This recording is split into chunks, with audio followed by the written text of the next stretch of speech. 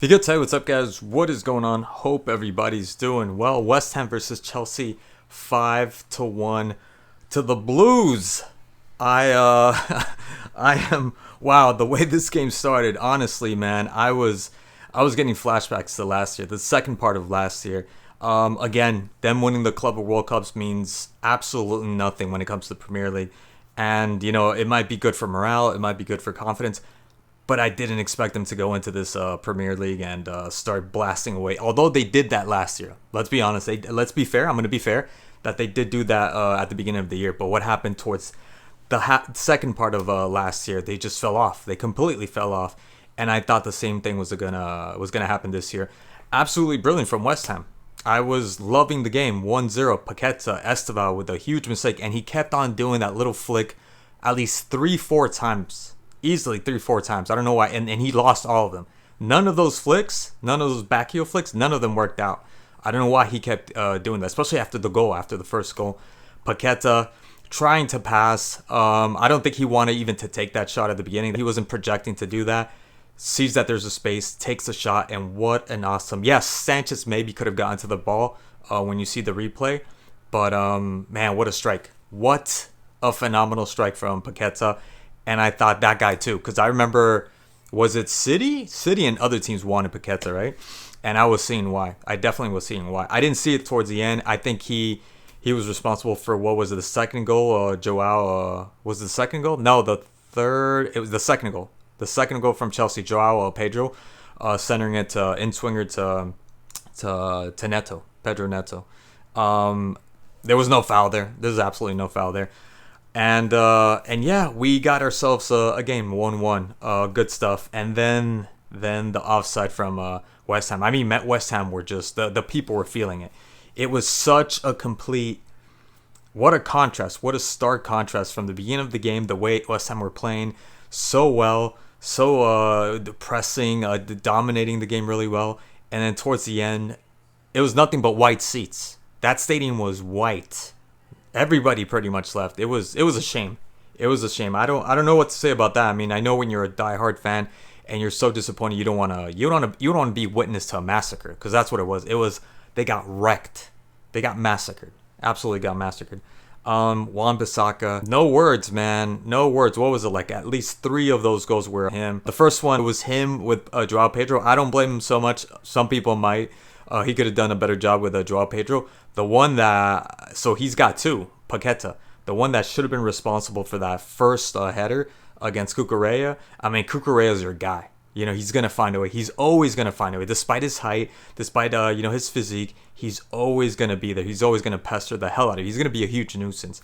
And he ends up heading the ball. He ends up letting him head the ball, the flick in the back, and then you have a Joao Pedro that just heads it in for the 2-1. And Chelsea are back. It was what's it called? It was West Ham that had the lead, the 2-1 lead with too bad it was an offside. Really good goal from what's his name? Actually a cross, if I'm not mistaken, by Wan-Bissaka, and then Fulkrug with a strike, and 2-1. It ends up being an offside, and then we have Neto coming in for the 2-1, and that's when things just fell apart after the 2-1. 3-1 with Esteval, really good from Esteval, making up for the mistake. And right before that, maybe the last two touches from Esteval before the final touch that he ended up driving in from Delap. He was looking for the ball. He was searching. You could tell him. You could tell that he was looking for the ball. You could tell that he was searching and he was trying to get back. He was trying to redeem himself. And really good run from Esteval, and finds Enzo. And nothing Wan-Bissaka could do. No defense from Wan-Bissaka, just letting Enzo just go right in for the third goal. And then you have the 4th and 5th goal from the keeper. That, don't even get me started, was just awful goalkeeping. And the defense also around him, just like the whole team just disintegrated at that point. There was nobody there doing any kind of defending for West Ham. As much as I want Chelsea to win, and I want them to win in style, I don't want to see that. And definitely don't want to see the stadium empty like that. What is that? Especially at the beginning of the EPL. It's just horrible to see something like that. It really is a disgrace seeing something like that happen. I don't know what in the world happened to West Ham after the second goal. They just completely fell apart.